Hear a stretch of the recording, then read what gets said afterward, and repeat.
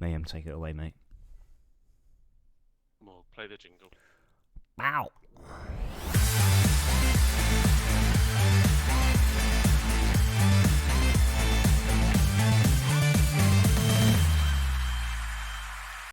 Good evening, ladies and gents, and welcome back to the Football Booth podcast. My name is Fennan. I'm one of your main hosts. Joined alongside me, as always, Mayhem. How you doing, mate? Yeah, mate, good. Still got this cough, so I may have to pause and mute myself. And You're not. cough my guts You're up. not 100%, but No. unlike might some not be, but people, that you're won't be. loyal. There it is. Well, we got some good news. We got some bad news. The good news is, I expect this week there will be a slightly longer episode. Bad news is, Cam is not with us tonight. He's gone AWOL on us. He's disappeared off the face of the earth. Yep, no response from him whatsoever. You had been in contact with him early in the day, Joel, and it seemed like he was available for tonight, but unfortunately not the case. Post 7 o'clock, he's evaporated, so who knows? He's either evaporated into his pillow or he's gone and evaporated some beers. Who knows? But can we just give a quick round of applause for Cardiff City for the fucking performances they put in this fucking week? Happy fucking days, mate. And I knew that. That's what I mean. I went 100%. Was struggling a bit with sleeping. So once the G1s had gone up to bed and that, was sleeping on the sofa, and I knew I had to pick myself up and come up the stairs and get set up because I knew there was going to be a mic drop, and it was a big moment. And I think we've been talking a lot about that dogfight and grinding out a few results, and that's what it really needed. But after recent trips of like the likes of Wigan and then Borough turn up and it's all too easy, and you're just kind of thinking, where are you going to grind those wins out? But obviously, yeah, a couple of massive wins for Cardiff, 6 huge points that gives the new manager, the new regime, a bit of momentum, and evidently, like we said, you must be buzzing. Over the moon, if I'm honest. I mean, it's nice to have the old-fashioned winning feeling back. It was our first win since October. So it's been a minute. We've had a World Cup since that, and so yeah, the Birmingham result was massive. It was huge. Obviously, wasn't the prettiest of spectacles to watch and try and enjoy. It was a very scrappy game. St Andrews is always a weird place to go to. Their pitch quality is probably as good as Stamford Bridge's, and it's always a difficult surface to play on, especially in the wet conditions that we had on that Tuesday night. But Birmingham didn't really cause big problems. I felt we had the better chances throughout the game. Then I think a lot of us, in fact probably about 90% of us, when Perry and G stepped over that free kick, but we just had our head in our hands, basically, thinking, why are we not putting Robbo over it? I don't know, I can't remember if Ojo was still on at that time, but he'd been a man that had been over set pieces, but Perry and G stepped over it 25 yards out and pulls an absolute rabbit out of the hat for us. It's an amazing free kick, sends the away end into raptures, and like for the first time in such a long time, there is a strong feel of togetherness right there at the moment, just within the celebrations, and with the second goal that Robbo scored and going over to the away end, shirt off, and beating his chest, just really shows that the players wanted it as much as we have, and it's good to now get that sense that we have a good chance of staying up, especially then with the Reading game where we were head and shoulders above Reading the whole 90 minutes. We easily could have gone on and won that game 3 or 4-0. Unfortunately, hit the woodwork twice in the second half. Ryan Allsop gives us a scare at one point where the ball's played back to him and he miskicks it and thankfully beats Reading striker to the ball to thankfully avoid a complete fucking mess, and that would have easily gone the other way. But yeah, like you said, 6 massive points we've picked up, and it's really from this point on we just got to continue with that strong positive mentality that we've now got, and take that momentum under our wing and just go into these next few big games with that same ethic, with that same fight and desire, and and that includes the 2 derby games that comes up. We play Bristol City in a fortnight, and then by that point it's only 3 or 4 games until the Jacks at home as well. But things looking good moving forward, and couldn't be more over the moon right now. Yeah, I think it's amazing what a win or 2 will do for the atmosphere around a football club. There's absolutely no revelations to say that there was a toxic atmosphere, and there was a big disconnect between board and fans, and it's still there. But it's amazing what the 3 points on the field can do for the atmosphere, and with the new manager coming in, I'm sure that gives him a bit of time to breathe and a bit of time to decide what his best 11 is, set him up, and go and then repeat performances in these big games. In the derby against the likes of Bristol City, and then obviously on to the Jacks in a month or so. So he's got big games. He'll know that though.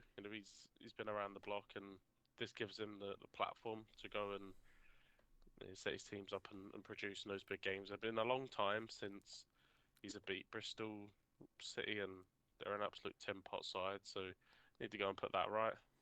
Yeah, won't be easy in the slightest. They're actually on a good run at the moment, but yeah, no, 100%. We've got to.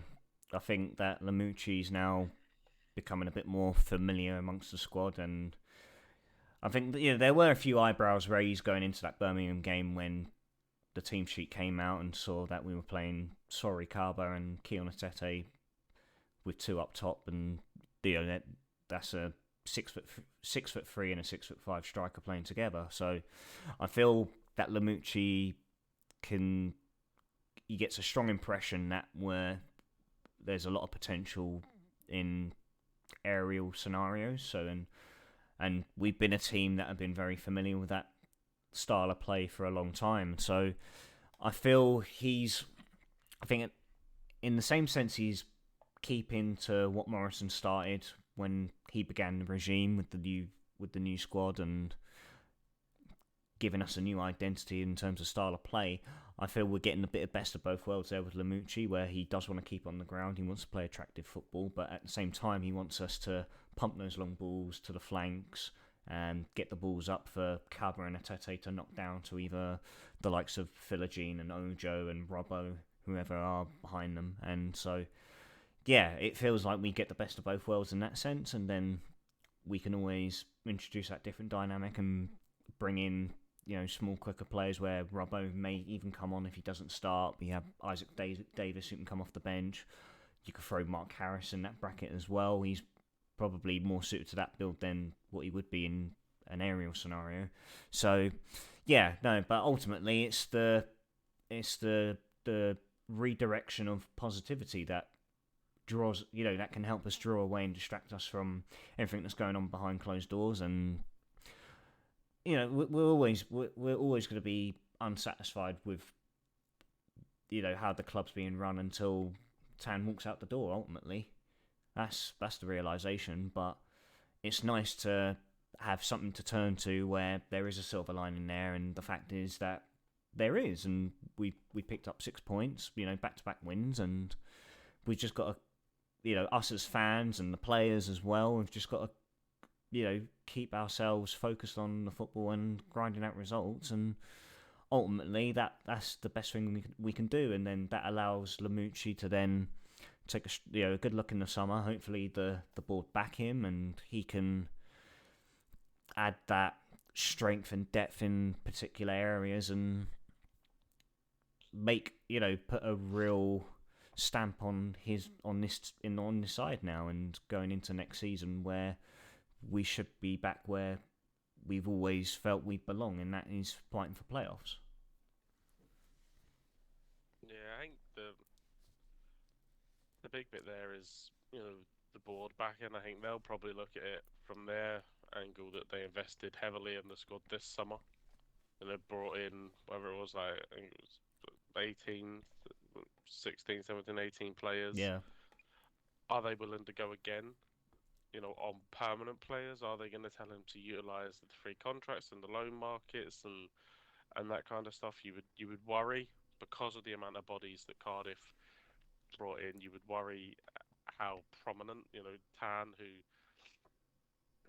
is clearly disconnected from the club, how much he's going to be willing to put into the football club, um, and that's the kind of thing that leaves you, fighting relegation season on season.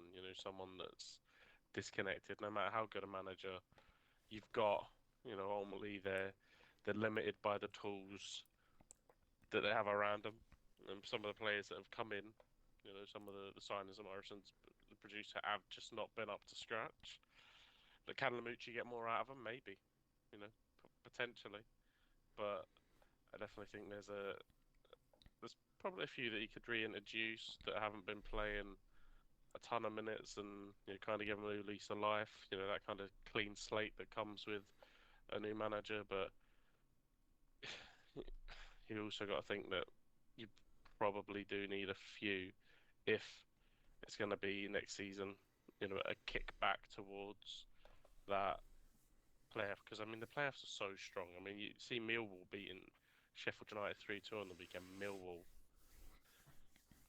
they got an informed Tom Bradshaw at the moment, and that's really the big reason why where they are is where they are. Yeah, he's flying. Yeah. That's what I mean. Like, it's just mad that it's so difficult to predict that top six. It is, yeah, and you still couldn't call it now because you look as far down as 13th, 14th, and you see teams down there that are still within 4 points of reach of the top six. So it's really difficult to tell who will really be up there, and it's just about I think the only team that will really be there out of those lot would be Burnley, and that's who will probably win it. Hate Burnley, but I think they're there to stay. Yeah, I think Burnley will charge off here. Yeah. I think Borough are going to get second. I think Sheffield United are going to end up in the playoffs. Yeah, Carrick's done a brilliant job with Borough as well, and we even see now that I think it was like along the lines of West Ham fans calling for Michael Carrick to take over from David Moyes. Yeah, I just hope that Michael Carrick has a little look at the trajectory of some of the people that played in his era, Frank Lampard, Steven Gerrard, and just kind of realise that that Premier League job, the glitz and the glam and all that, and obviously that's where you want to go and manage it. It isn't always cracked up to be if you rush into it. You have a real steady foundation at Middlesbrough. West Ham weren't awful at Tottenham on Sunday, and they weren't particularly good, but they weren't awful. So West Ham fans being reactionary as usual. They're an up and down club where if David Moyes won 3 games, he'd be the best manager in the world. If he loses a game, then sack him. That's how West Ham have always been with anyone, no matter who it is, even down to Harry Redknapp. And sure, there's the viral clip of the news conference where 20 odd years ago there's a fella saying that to Harry Redknapp he can't believe that he let someone go and someone else go, and he's kept Frank Lampard. Yeah. Frank Lampard's very good. And he's just like, Jesus Christ. That guy must regret saying anything every single day of his life when that video comes out. But the characters, he's playing a very modern style at Borough. He's playing like that 4 at the back, and then the wing back pushes on and it almost converts into like a three at the back, and it goes to that kind of box midfield. That's it. Yep. And then they're playing it fantastically well. It's it really is unlike anything that's seen or has been seen for a long time. I think if we're looking back at maybe like Brendan Rodgers' Swansea was in that ilk. Maybe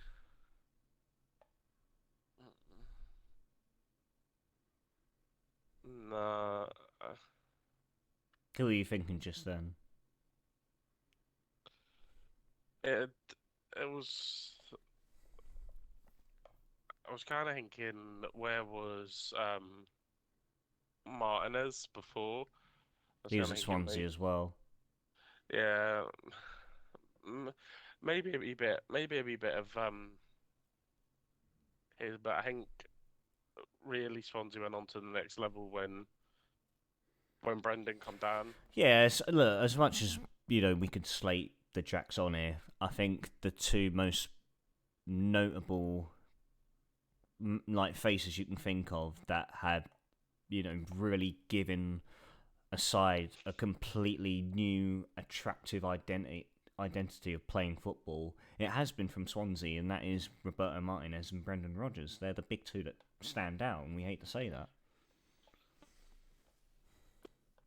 Well, I think obviously Martinez kind of come from nowhere, and he wanted to play this football, and then obviously Rodgers kind of inherited it, and then every other manager since then has just kind of followed in that ilk. But certainly, Yeah, their first season back, their first ever season back in the Prem, and they come up and they played that type of football. It was refreshing to see a team come up and yeah, believe in themselves like that. And they've given a lot of other teams, the spirit and the hope to come and do that. You've still got some ugly teams that are always going to set up two banks of fours and defend for their lives no matter where they are, Burnley. But there it is. but you see Sheffield United, but obviously under Chris Wilder. yeah, like they Yeah, played that where the advanced centre backs went on. So it's it's certainly a system that's difficult to get right. But the way that it's been deployed at Borough, Carrick's done a fantastic job. So I'd like to see him stay. I'd like to see him. I honestly think if he stays, they'll chase down Sheffield United and go up. But I think Burnley are too far away. I could think they'll still have, possibly pip second, perhaps. Yeah, yeah, yeah, and then just Borough back in the Premier League. Go and have a right good crack at that league, and yeah. obviously It's you'll been have a long the time for Borough as well. I think it's been over a decade now, roughly. they'll have they'll have the derby with Newcastle. Obviously the derby with Sunderland this year, but which didn't go too well for them. But they'll have the derby with Newcastle, and that kind of northeastern hub of football can start to regenerate and heal Yep. because it's been broken for a long time. Like I said, Borough have been out of the league for a long time. Sunderland have been out for a long Yeah, time. another team they're Newcastle, doing well in the Championship as well. Sunderland up in fourth or yeah, fifth at the moment, I believe. yeah, and that's what I mean. So there's a real resurgence of football there. I would personally, I'd love to see Sunderland stay in the Championship and never get out, but that's just because the way that when we went there where it was like a pre-season cup, like a Daffabet Cup, they Daffodil Cup. brung down like Tommy Robinson and paraded him around like he was some fucking Oh saint. yeah, Christ Almighty. So personally, I'd love to see them rot. But, Well, because of the resurgence of these northern clubs, you see the clubs from the south that are taking a bit of a tumble from the start of this championship season, with a big one being QPR. We're seeing them down in the likes of the depths of 15th, 16th in the table. Luton, I think Luton are still up there. yeah, they are. I think they're still fifth. Yeah. But then past that, I mean, like you said, it's just it's all the Northern and Midlands clubs up there at the moment. Even Norwich themselves are dropping off, and that was a team I highly expected to be up there in that top 6. Yeah, I think everyone expected Norwich to be fighting for the title, and they've been anything but that. So yeah, obviously they'll be disappointed. I think Watford are still going strong. I know they're playing tonight, but I think they're still in and around the playoffs, and Yep, good probably, squad, Watford. Yeah, yeah, you'd probably expect them to be a little bit further up as well. But I mean, in all honesty, QPR, have really got to buck their ideas up because I think it's something mad, like one win in 17, maybe even more, because they're obviously comfortably beaten by Borough there on the weekend. And we normally see it the other way. So you normally see, someone's like Borough, so they're right down the bottom. Carrick comes in, breathes new life into them. They fly up the league, and they were flirting with almost a relegation, and they fly up the league, and then they get promoted. Like Roy Keane done it with Sunderland, and um, your friend Graham Potter with Nottingham Forest. So not Graham Potter. He's at fucking Chelsea. Who's your man at Forest? Steve Cooper. oh, Steve Cooper. Um, Yeah, yeah. So like Steve Cooper at Forest. But it seems to have gone the other way for QPR. Like they were up the top, they were doing well, and then they got on a really bad run. Let Michael Beale go to Rangers, yeah. Brought in Neil Critchley, who actually got sacked earlier today. and I said if I don't know if he's won a game. It's just No, I been don't think he has. No, QPR have been abysmal. it's just been utter free fall. They're only 4 points off you now, which Yeah, puts them. we're within touching distance of QPR.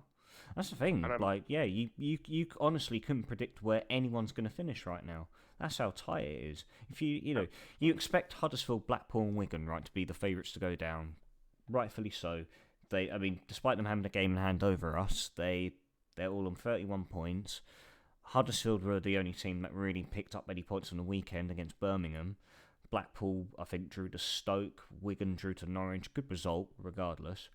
But that's going to be a big factor with Cardiff as well. Like, not only have we got to focus on ourselves, we've got to, of course, have that, back in the mind thinking of, well, as long as Huddersfield, Blackpool, and Wigan are dropping points along the way, that really eases a lot more concern as well. And QPR could easily find themselves down amongst those teams the way they're going at the moment. I mean, I think you probably aim in the championship. Once you accept your fate that you're in this dogfight, you probably accept that around about 48 points Yeah. is probably the sweet spot for staying up. 48, 50 points is probably your sweet spot. Yeah. Now, And you know who the closest is to that? Blackburn in 8th place.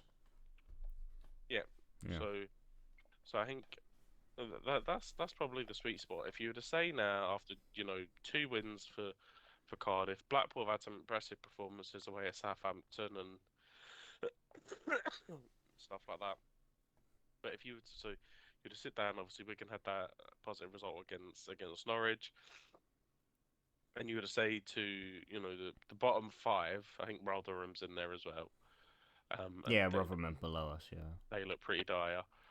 But look, can you see? Right, so there you are. You're on 31 points. If I was to say that you need 19 more points to stay up, it's a big total. But could you go through a fixture list and pinpoint potential games? So look, we'll do it for Wigan because I like Sean Maloney. So we'll quickly do it. He's actually undefeated with Wigan at the moment. So I like Sean Maloney. So Hmm. and we're not doing it for all of them because the other two, Blackpool, mate, you're a town with a pier. Stop pretending to be a football team. And Huddersfield, just let Leeds fucking swallow you up. Stop pretending to be anything. To be fair, Rotherham are the most fucking boring team as well in the fucking championship. Like, Rotherham, like, how the fuck did Rotherham get a football club? This will give a fucking football club to, I don't know, insert a small place here. Lost my train of thought. Anyway, so away to Preston. I mean, I don't know where Preston are. 14th, Oh, not way to setting the world alight. Preston. No, I reckon that'll be a draw. Preston struggled to score goals this season. But you know, not one that you're straight away saying they can't win. At home to Birmingham, easily winnable. We've seen Yep, Cardiff yep, pick up points yep. there. Away to West Brom, tough. Tough Um, game. away to Burnley, Nah, they regards will won't win be that. They won't win that. tough. At home to Coventry, Possible. easy, Possible. easy there. So we're already. Why is Siri kicking off here? I'll smack this bitch up. Like, Kick it off with Siri now. Fucking hell. I've said Coventry and she's getting involved. Here's what I So- found. So at this point we're on 7, potentially. Obviously, Watford away, tough game. Tough game. QPR at home. Easy. You gotta be thinking they can. So they're on to 10 points now. Sheffield United away, tough. Tough. Swansea at home, Easy. difficult. Difficult because Swansea are going through a poor patch, but you could easily see a draw out of it. Then they play Blackpool away, could easily win that. Easy, yep, they could do that. It's 15 points. Then they play Stoke away. Say again, maybe they draw that 16 because Stoke aren't brilliant. Millwall at home's difficult. Reading away, so maybe they draw that 17. Rotherham last game season at home, win that 20 points. So, and obviously that won't happen. There'll be strange draws in there that they get and all that kind of stuff. But I think if you're any of those teams and you're saying that you need that 19 points, you can easily make an argument for them getting it.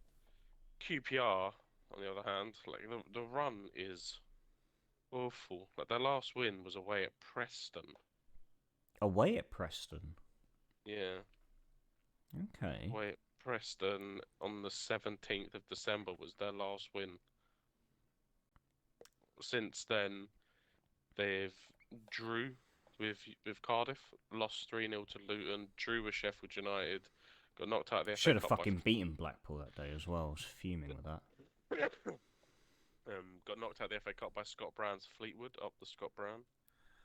They drew 2-2 with Reading, drew 1-1 with QPR, lost 3-0 to Hull, drew 1-1 with Huddersfield, got beat by Millwall 2-1, got beat by Sunderland 3-0, and they got beat by Borough 3-1. But I think it goes back a long way that Preston is their one win, and then getting beat at home against Huddersfield, getting beat away by Birmingham it's a poor run. Yeah. And you wouldn't really want to be going in there, would you, as a manager? Let's be honest. Well, speaking of managers, I really hope that Mick McCarthy at Blackpool and Neil Warnock, newly at Huddersfield, have teamed up and make this an inside job into keeping the Blues up. Has Neil Warnock really gone to Huddersfield? Yeah, he actually has, mate. Yeah. Wow. Yeah, mate. Yeah, he's come out of retirement. What the fuck? He's had a word with Sharon. He's having one more go. Dickhead. Should have stayed retired. As mentioned last week, I did say that it felt like a fairly straightforward game in Aberdeen going into before next week's cup final, and turned out that was the case. Comfortable 4-0 win. Do you want to share your thoughts? Yeah, just sort of Captain Cow gets us off to a flyer. Rio pops up 5 minutes later. And then we go into cruise control. Really could have scored a few more in the first half. We're really good in the first half, to be fair. Really good interchange, good off the ball runs, really connecting well. And, Keeper had some very good saves and, yeah, could easily, with a little bit of finishing, ended up going in at half-time with a bigger lead, but impressive first half performance. Performance levels dropped in the second half a wee bit. We did made a lot of subs around the hour mark as we always do, and Haksabanovic come on, and obviously O got his first start, and Kyogo come on for a little bit, which I thought was an unnecessary risk that we didn't really need to take, but um, is what it is. James Forrest come on for a bit, um, changed up. Awata come on for a bit, and Cal played a little bit further forward. So there was decent rotation in there. Yep. Lillabada come on and obviously scored as well, Yep. which is really really good. Haksabanovic, probably could have had a goal if he'd have been a little bit more calmer as well. Obviously Rio scores his second goal's lovely with the build up play before and the footwork and the little nutmeg pass and that's in it. So yeah, look, overall, solid sort of 7 out of 10. Aberdeen never really threatening the goal. Joe Hart gifts the ball to Johnny Hayes at one point, and that's about while we're playing out from the back, and Johnny Hayes takes a shot from like 35 yards. It's nowhere near, but that's about as close as they came. They're big influential players that have been influential over the last, the likes of Duke and that Moyoski plays up top. I'm not even gonna lie, I don't know if Moyoski was playing. He was that quiet and that irrelevant in the game. So it was, yeah. Look, Aberdeen it's a wee bit sad seeing them as shy as they are, to be honest, because they are, easily the third biggest team in Yeah. Scotland. No, you're right. Yeah. But at the moment they really are brutal, and I know that they give us a tough game when we just come back from the World Cup, and again, Cal had to score late in the kind of 82nd minute or whatever to win 1-0 up with Todri, but more often than not, they really do roll over. How far down are Aberdeen? Because I saw they were like 6th or 7th the last time I checked. Yeah, they're not. They're definitely not. They wouldn't be in the top half of the split at the moment. So, Yeah. Oh yeah, because you have a split system now, don't you? Yeah. Nice. So after the fixtures all played, the league will split, and the top six will play each other, and the bottom six will play each other. So, Aberdeen have got a couple of games to respond to get themselves back in with a chance of European football. Hearts are comfortably in third, and I think they'll easily secure that third position again, and then it'll be a dogfight for fourth between the likes of Hibs and I think Livingston will be there, and potentially St Mirren as well. They're having a really fantastic season by their standards. So Aberdeen have got a wee bit of competition to pick himself back up and to make sure that they're competing for that. I mean, the great thing about the mid-table in the Scottish Premiership is that it is super tight. So they're also sort of closely matched. You really can't call it at all. So if you look from at the moment, Hibs are in fourth, they're on 37, and all the way down to St Johnstone, in eighth are on 30 points, so 6 points covering Oh between, wow. or 7 points, sorry, covering between fourth and eighth, and then between fourth, fifth, and sixth, there's 2 points, and then you've got Aberdeen in seventh, so they're on obviously the bottom half of the split, but they're only 5 points off of fourth, 3 points off of six, so it is really tight, and it'll be interesting to see who can go on a run and get himself into that that last kind of top six place, and then give himself a chance of finishing fourth and having the Europa League conference qualifiers. Livingston 6th. Yeah, they made the 5th. Wow. Yeah, Livingston made the split last year as well. I'd be really happy to see them not make the split this year, because I think it'll probably mean that we have to go play on that turgid plastic piece of pish. They got a plastic pitch. Yeah, with Oh. David Martindale taking the Hun's cock as far down his mouth as he possibly could at the weekend. So much so that his press conference that we was doing was regurgitating fucking Tavernier's cum So Lovely. like, just I've never listened to a football manager and a press conference where you've just been convincingly beat, right? Pumped whatever you had, pumped 3-0, a red card, soft red card, shocked, a penalty, soft penalty, shocked. Um, Tavernier scores, I think it's his 50th penalty for Rangers. I see. It feels like it's a weekly thing like that. It pops up. Rangers 1-0, Tavernier penalty. I mean, to score 50 penalties, I would love somebody, outside of the Serie A when they were match fixing, Yeah. right, to produce another stat like that. And the penalty that gets given, it's just, Soft. yeah, it's just, there'll be 7 of them a game, so we'll basically be playing penalty shootouts every week in week out. If that's what constitutes a penalty, but subsequently it only seems to constitute a penalty if you're playing all blue. Um, but yeah, so obviously Martindale, you get pumped,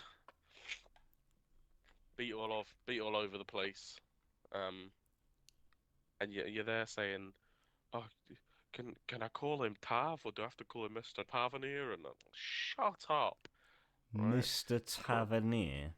what you want to call him is the Bam from across the divide, right? The fucking poo trophy in 11 years captain of fucking failure. You just look down the road at fucking St Johnston. They've got 3 in that timeline. What do you call him?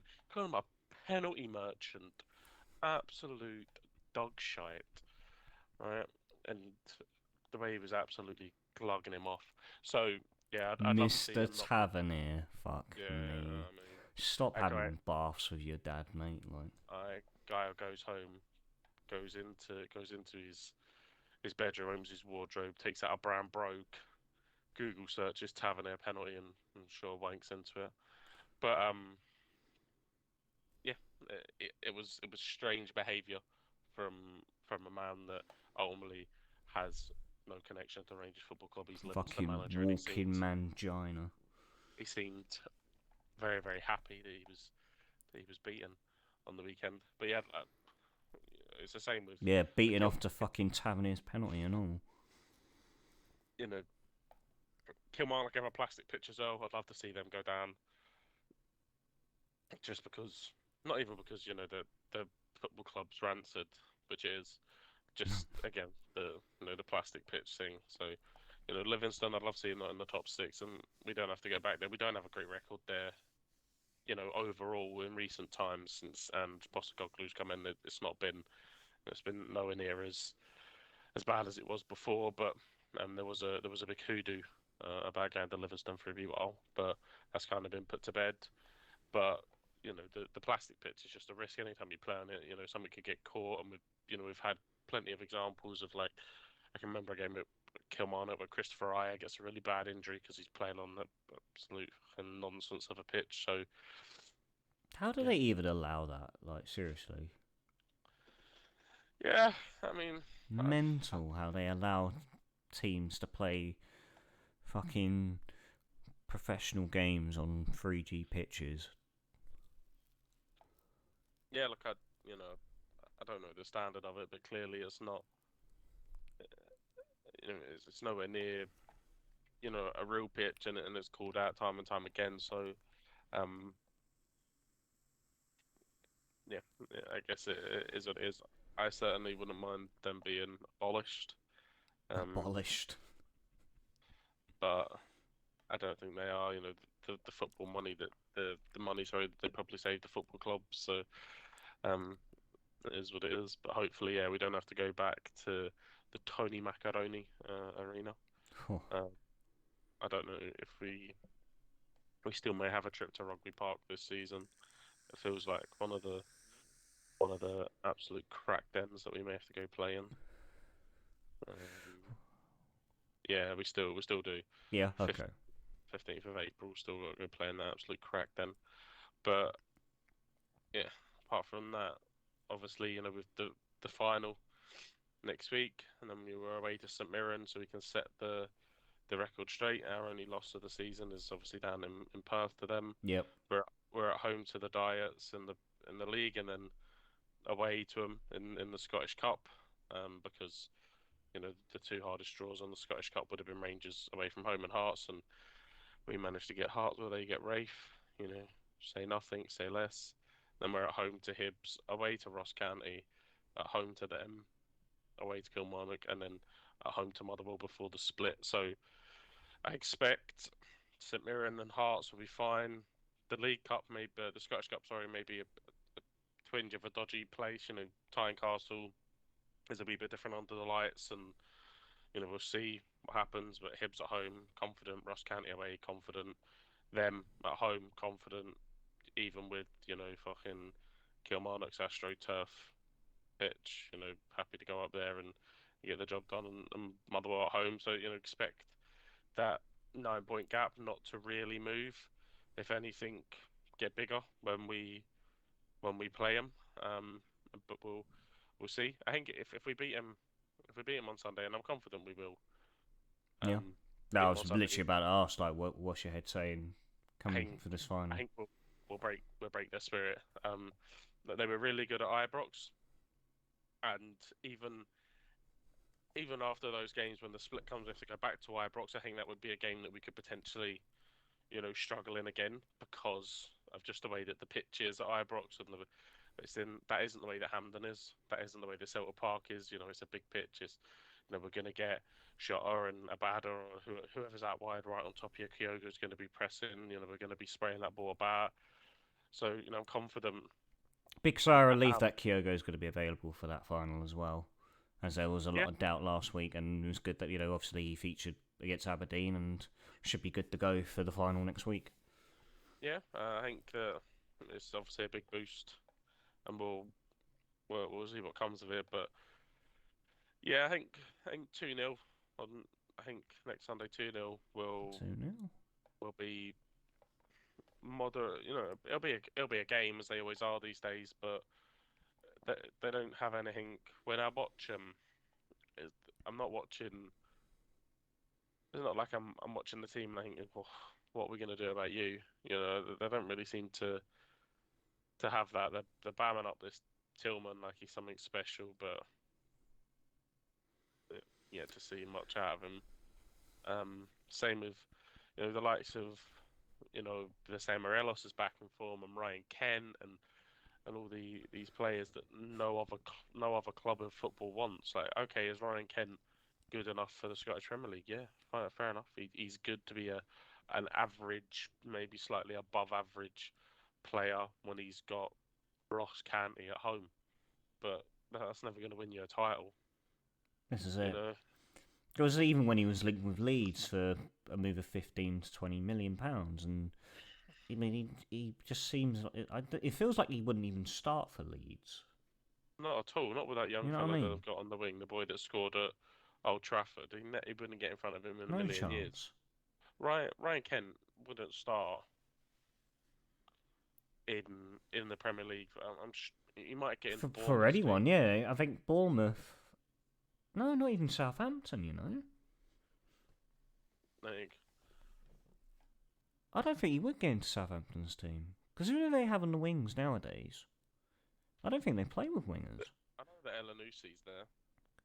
Elyounousse's still there, yeah. Was it the one you had on loan? Yeah. Mohamed Elyounoussi. Yeah. But I think they normally play. Yeah, and then they play Stuart. Yeah, they played Stuart Armstrong out on the right on Saturday in the Chelsea game. By the way, fucking joke. Top banter. His hair's divine. Scores belters all the time. I mean, fuck me. I mean, I think we can move on to the Premier League aspects of the show. Yeah, I mean, a fantastic result for Southampton to go to Stamford Bridge and come away with a valuable 3 points. A great boost for the situation they're in, and James Ward-Prowse with his 17th free kick. Well, I think this is because he's one off of Beckham now, isn't he? Who were they playing? They were playing Wolves at home. When Wolves were down to 10 men. and it was late on in the game, and Ward-Prowse gets within. I think he's within about like Oh, and 22 yards, he passes it, doesn't he? and no We were one's saying trying to that with Nathan understand, Jones last week. Yeah. you know, what the fuck has happened there, and obviously, they've changed things up, and they've gone and got a huge result. Let him In, go and do James Ward-Prowse things, yeah. uh, He's you know what, he's the sort of player that a lot of the top clubs should be looking at in the summer, because I mean, as things stand, Southampton look to be a prime favourite to go down, so to speak, and you're looking at like other big clubs like your Liverpool's. I mean, I suppose you can chuck Chelsea in there, Newcastle, Tottenham. These have got to be clubs that they have got to be all over Ward-Prowse in this summer's transfer window, surely. well, I think you mentioned Newcastle. I think he would go in there and improve their team Yeah. straight away. The likes of Bruno Gomes and Joelinton, and then him sitting at Mm. that kind of base of the three. But I don't think there's many teams that he wouldn't improve. And the fact that he stayed at Southampton so long now has maybe gone against him because Southampton have been struggling for a little while. Yeah. But I think he would walk into Tottenham's team. I think he'd walk into Liverpool's team, to be honest. I mean, that aging midfield, surely. Wouldn't be Would hard, he? mate. You would just have to walk really to get to that. Yeah. Right. But yeah, 100%. Whilst the rest crawl, yeah. To be fair, like the reason that I didn't, Liverpool didn't spring to mind is because they're so far down at the moment that if we're talking about the top level clubs in the Premier League at the moment, they're not there. Good result against obviously Newcastle at the weekend. Nunes bagging.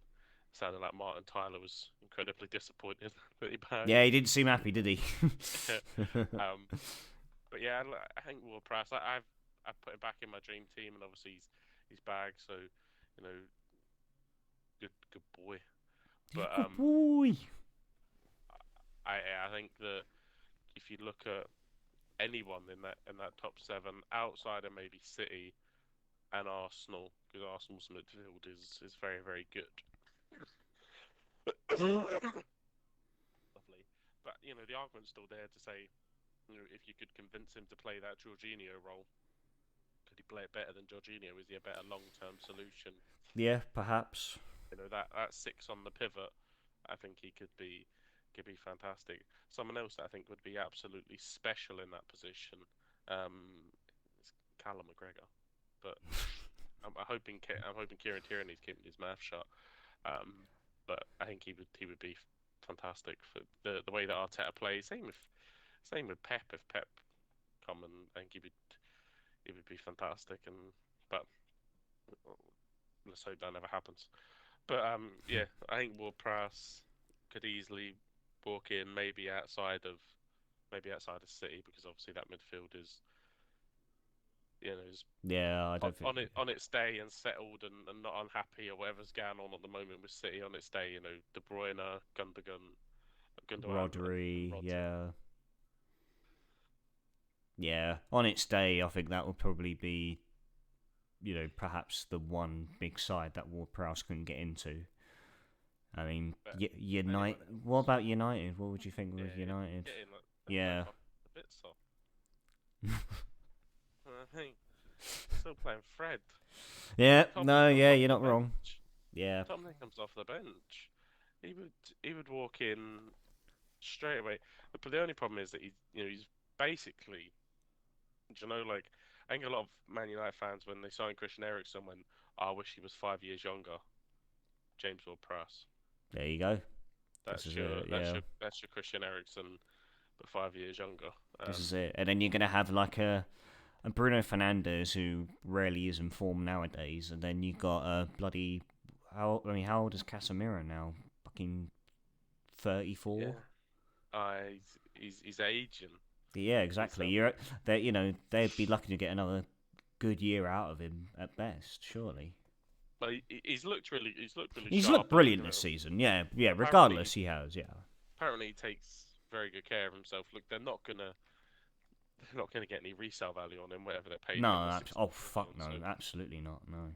so they need to sort of maximise him at his peak, and yeah, he's been fantastic for him. And obviously, Ten Hag's got was beat obviously the Rat pretty comfortably at the weekend, which was good to see. And they move into a final where inconspicably Loris Karius is going to be throwing on the gloves. Me and Stu were discussing this early with the kids, and we were, because they didn't know who he was, and we got YouTube up and showed them the Champions League final. And we went, you gotta see this. And to think that this guy is, I think the last time he featured for an English club was, I don't know if he's featured for Newcastle yet this season, but was that Champions League final for Liverpool, and now he's been chucked in the deep end from there's no debate about it. The most ridiculous red card we've ever seen this season, and is now this is it. Watching the replays at it, it seems like he goes for the ball initially with his head. He kind of nods it into his hand, and you think at that point, okay, it's accidental, and then perhaps Salah, tussles with Pope for the ball, and then whatever happens, Salah nips it from him, and then he puts the ball into an empty net, or Pope sticks a leg out and causes Salah to go down, which I guess in the same sense would perhaps be a big call for a red card. But then he scoops the ball up. I don't know if it's because they're already 2-0 down, and then he sees that if they get the third, the game's dead. But I have no idea what he's doing. This is it, and it was a surprise result initially with Liverpool going to St James's Park and coming away with all 3 points, because we've seen them in, there's been a contrast difference between the two teams, where Newcastle have been one of the best performing teams in the league, and Liverpool have probably been, along with Chelsea, one of the most unperforming sides all year. Well, I think that the thing with Newcastle is, that they've started to dip. They're going through that dip right now, aren't they? They've had a lot of draws, the likes of away to Bournemouth and stuff like that, where earlier in the season they were wins, they're now draws. The pressure's started to crank up ever so slightly. But yeah, I think we still all expected them to be a lot more competitive at home against Liverpool. And yeah, first final in a long time for Newcastle, chance for a trophy, and it'll be huge to them up there if I've kept pretty quiet, but if we beat them, I'd love it. Love it if we beat them. As there's a history there, and it'll be I'm sure it'll be an entertaining spectacle. I just hope that I'm in good enough form to want to watch football. Obviously it's on after our final, so hopefully the relief, to see what sort of spirit you're in after that game. The relief has flooded my body. We're in celebratory mood, and we can pop on the final and see what transpires. But no, look, I think whoever wins it, it's a nice story. Ten Hag in his first season getting silverware, Newcastle's first trophy in a very long time. So it'll mean the world, I think, to both clubs, even though it's only it'll be a big spectacle, yeah, nonetheless, without a doubt. Yeah, it's not a final where it's no disrespect to any of the clubs, but it's not a final where it's Man City v Wigan, and although Wigan triumphed that day, but really you're looking at it and you're going to get Birmingham Arsenal as well, and then there was Borough Blackburn back in the mid 2000s. I mean, yeah, was there one was there actually not a ridiculous Swansea Bradford? The one up. piece of silverware that Swansea ever so like to remind us of, even though they beat a fucking League Two side Bradford. Yeah. Fucking. It's been a strange competition to say the least. Over the last few seasons, but yeah, they're obviously it's two big football clubs competing, which is how it should be. Yeah.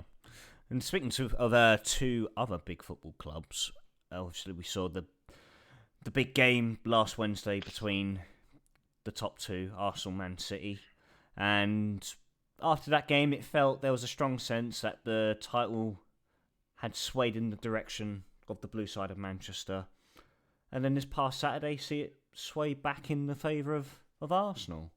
So Arsenal, of course, falling at home to a 3-1 defeat to Man City, and then of course, obviously we go from game by game by game, and then of course we saw Arsenal produce a fantastic comeback against Villa. I mean, under par performance from Arsenal, but came away with the 3 points and did what they needed to do, and then City dropping points away to Forest. Yeah,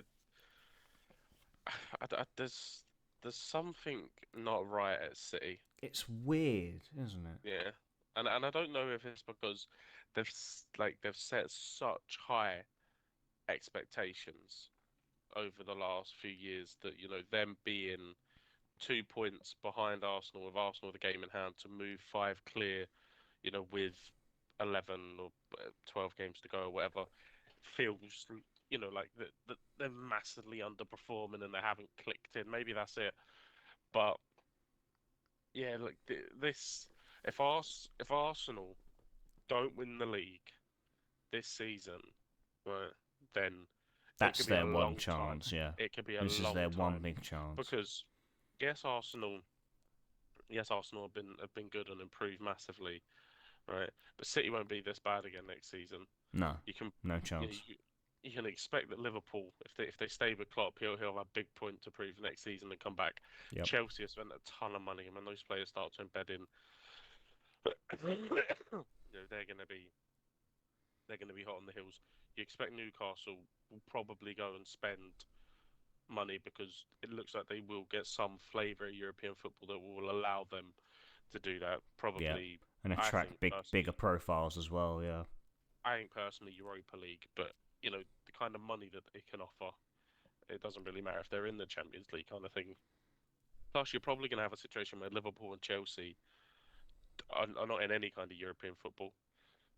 So they're going like week to week to week, the way that Leicester Yeah, were when they won the yeah, title. yeah. So there's absolutely no way that City and Liverpool and Chelsea and all these other teams will be as far off it as Yeah, they've been. Yes, Arsenal have been good, um, and I'm no doubt that they'll go and spend money and they'll improve. But for me, the juggernaut that are City, there's no way that they are this poor next season. They'll go and fix the left back problem. They'll go and fix whatever else. They'll move on. They'll bring in. They'll deal with the off field. The only way it could be easier next season if they get whacked with a big points deduction. yeah. And what was a big part of Arsenal getting themselves into the position that they were in, because part of that process was not having European football for a season, and this is going to be a similar period of time where Liverpool and Chelsea at the moment most likely will follow along the lines of what Arsenal did in previous seasons and allow them to undergo a rebuild, a new process, and for them to be up there, challenging the likes of Arsenal and City. Yeah, I think that it's not what they want. Obviously, all clubs Yeah, want to be competing for that on that European stage, and but Arsenal have still got that to factor back in. So that Arsenal have still got that to be reintegrated into their season. The Thursday night football. Obviously, once these playoff rounds are dealt with, then that'll come back in as well, and that's you know, another moving piece that they need to manage. Um, I mean, if I was Arteta, I just play the subs and the kids, and I just protect and bubble wrap my first 11. Yep. Because if you lose, we've seen the struggles.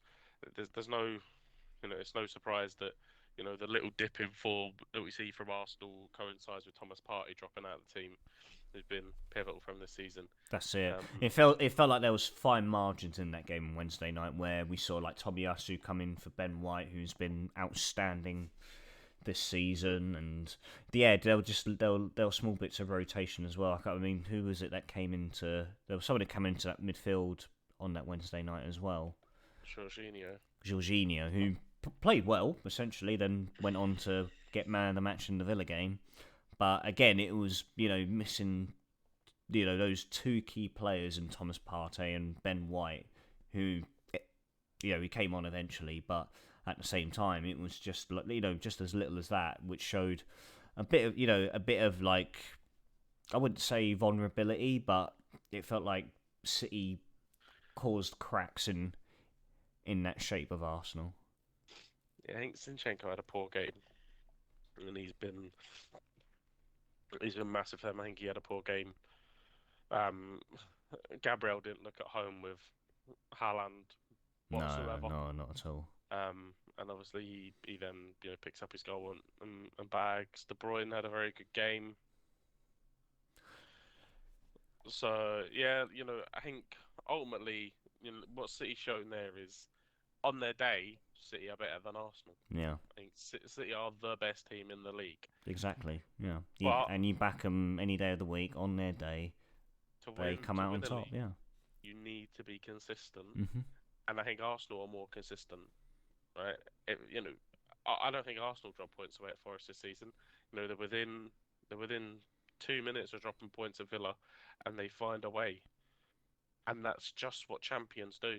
You only need to go back and watch, the United teams in the 90s, or the Invincibles, or Chelsea under Mourinho, or City over the last, 5 years, or Liverpool. These teams find a way. And, Arsenal seem to have that coming in, that, fate down the barrel. And obviously they get over the line with, Jorginho hits the bar, goes in off the keeper. We did have Sam in the group chat trying to say, what a strike. No way did he say that.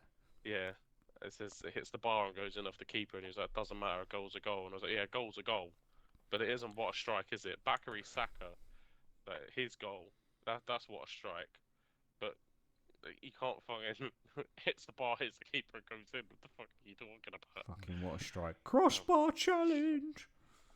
But I think, obviously they've been on a tough run. Obviously with the Brentford mishaps, losing to City, losing to Everton, and then facing down, dropping more points at Villa Park to obviously get over the line. I think they were just elated with that. But obviously they have a game in hand, but they still have to go to the Etihad. If City win that game, and again, if both teams are at full peaks of their power, I think City will win that game. That then means that City would be 1 point ahead, obviously, of Arsenal with the game in hand. So it is tight. I think it's going to make for an interesting spectacle. If Arsenal were to drop points and start, that could potentially bring United back into it as well. You're looking at United that are only 5 points off of them at the moment, with obviously a game in hand. But if City were to win the game at the Etihad, United are only 3 points off of City. So, they've kind of snuck up out of nowhere to kind of push themselves in. I still don't think they're in a title race. I don't think they have that consistency. I think they're really good at home, and then can be unpredictable away from home. So I don't think they're quite there yet. But I think they're doing well to be in the conversation. Yeah, definitely. Well, and I mean, another team that has felt it's been very consistent at the moment is Man United themselves as well. Along with that, Marcus Rashford got his had his already officially hit his all-time highest scoring season. and that came in the Yeah, 3-0 win over Leicester at home. yeah. I didn't watch it, but it sounds like it was pretty comfortable. He Yeah, bags twice. He's on fire at the moment. Yeah, look, a lot of questions over Ten Hag when he come in. Um, a lot of people when we were obviously doing the podcast on Twitch that didn't believe that he was any way, shape or form a good manager or that he would do yeah, anything. Um, and he's got the chance to kind of shut them up. If he can really rally them and to go win the cup final on on Sunday, and then rally them in the league and really kick on. I think they're still in the FA Cup as well. I think they've got West Ham in the FA Cup. They're still in the Europa League. They actually played pretty well against um, Barcelona at the yeah. camp. 2-2 draw. Yeah, at Nou Camp. So yeah, interesting. I think that I think things seem to be looking really bright for United at the moment. Everything seems to be going in the right direction. We see Jadon Sancho return to the first team side, getting on the score sheet once again. Perhaps seeing the better days of Jadon Sancho again, but in the red of United, other than the yellow and black of Dortmund. So I mean, who knows? At the moment, Ten Hag seems to be getting it right. yeah, I mean, I think it would take him to nearly have to win every single game Yeah. to stand any chance, but we'll see. But But this is it. When we're talking about City, I think this is probably the best season they're going to have to really breathe down the necks and chase down their Manchester rivals if they were to make a late surge into a. I like, I mean, think I don't know if they would catch Arsenal, but they could. I think at this moment of time, it could be possible they catch City with the way things are going. well, like if City beat Arsenal at the Etihad, then City would go 1 point in front, which would mean that United would be 2 points behind Arsenal, with Arsenal having a game in hand. So yes, they have a Mm, game in hand to stretch that out to five, but yeah. you'd always want points on the board over games in hand. And I think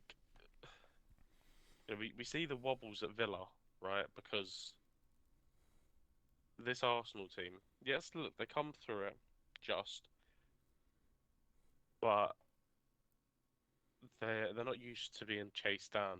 They're used to being the The ones chasing. Chasers, yeah.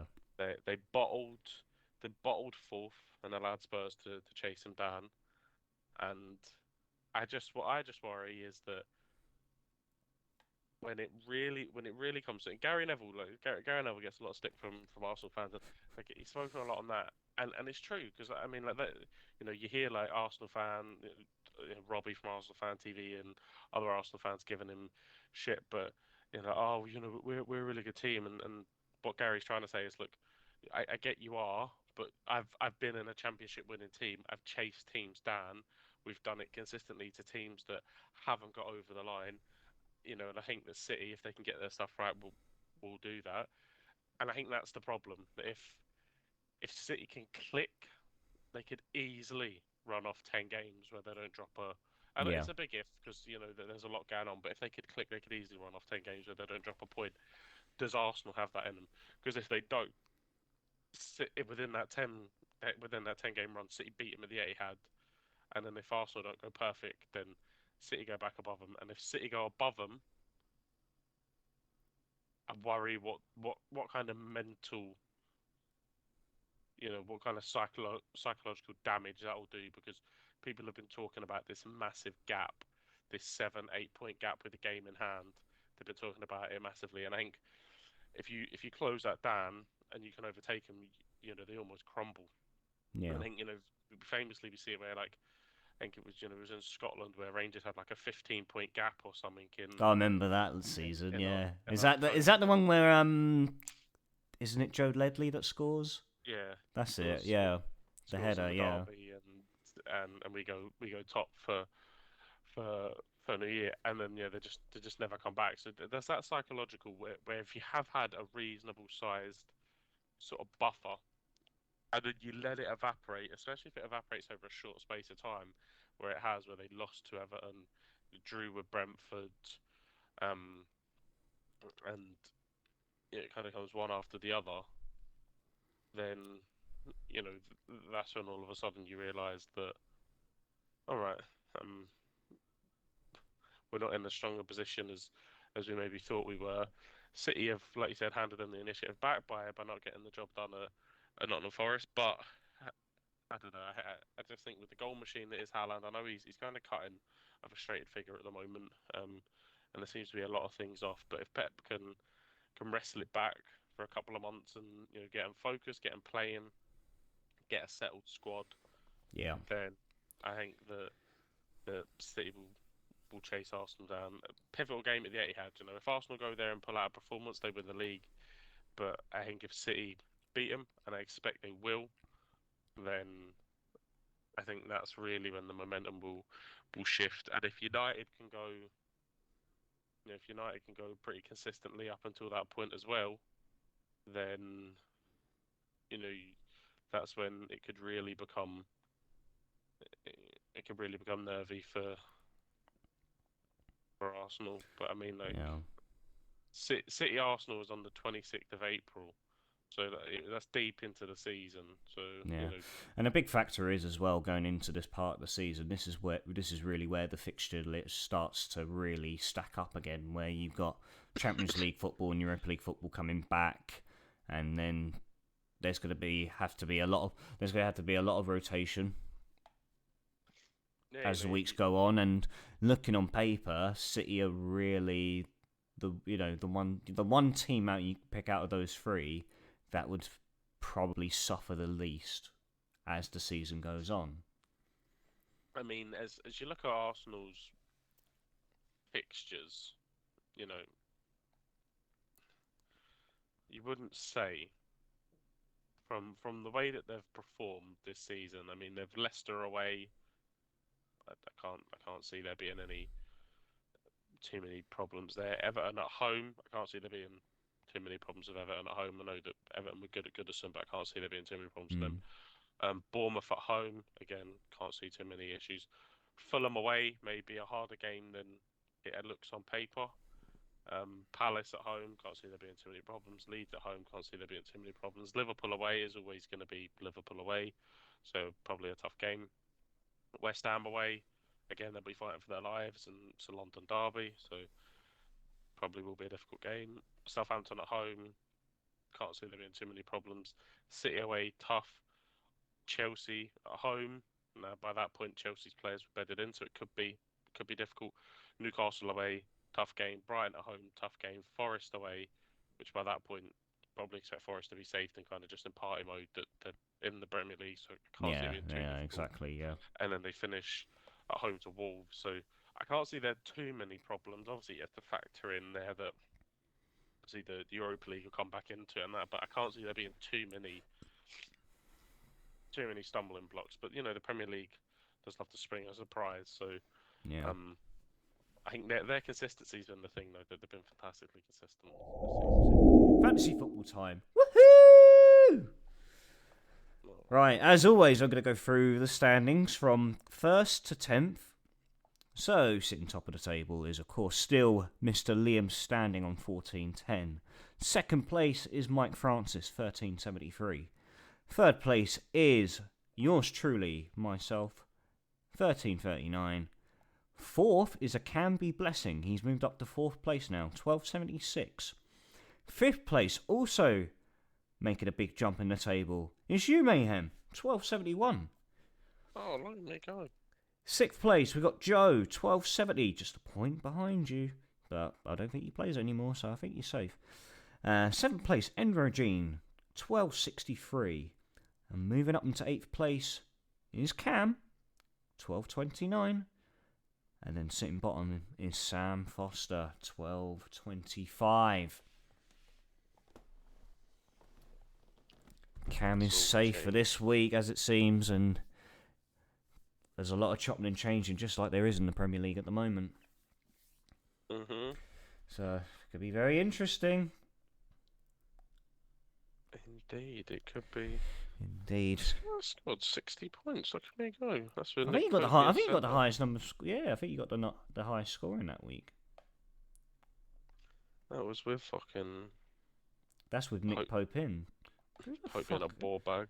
Who the fuck got you? Oh, Ward-Prowse got you points. That's why. Trent That, got you 12 points as well. yeah. Yeah, because he Do you know assisted the Nunes goal, didn't he? Do you know what's gutting is I've got Robertson on the bench as well there. Really? He got big boy points. 8 points, 8, yeah. yeah. Oh, the 1 week you wish you took Trippier out. But he's one of those players who you expect to rack up points week in, week out. It's just an off week, he'll be back. He's been very good. Yeah. He has indeed. Who do they... Oh yeah, we've got... Oh no. Oh no. What's happened? There's obviously a load of... I need to do some subs here because Rashford, Almiron, Trippier and Pope all Oh aren't shit, playing. yeah, they're not playing next week. Fuck. Oh, I'm bollocked then otherwise. Yeah, well, I think I'm just going to accept I'm going to lose points that week. Because I think on the bench, my goalkeeper doesn't start. I mean, I've got fucking Olsen from Villa, who doesn't start. Calvin Ramsey from Liverpool, who doesn't start and injured. Then I've got Nico Williams and Mitrovic, who's got a 75% chance of playing because he's got a knock. Yeah, no, bollock next week. Never mind. So, yeah, there'll be a big change in fantasy football, I'm sure, by next week. Yeah, it's difficult, isn't it? Yeah, no, I need to have tunnel vision thinking for it. I need someone on YouTube to tell me who to put in for YouTube tutorials on. Isn't there like Twitter pages for like fantasy football tips? Yeah. I think there is. I haven't checked it out, but I just know they exist.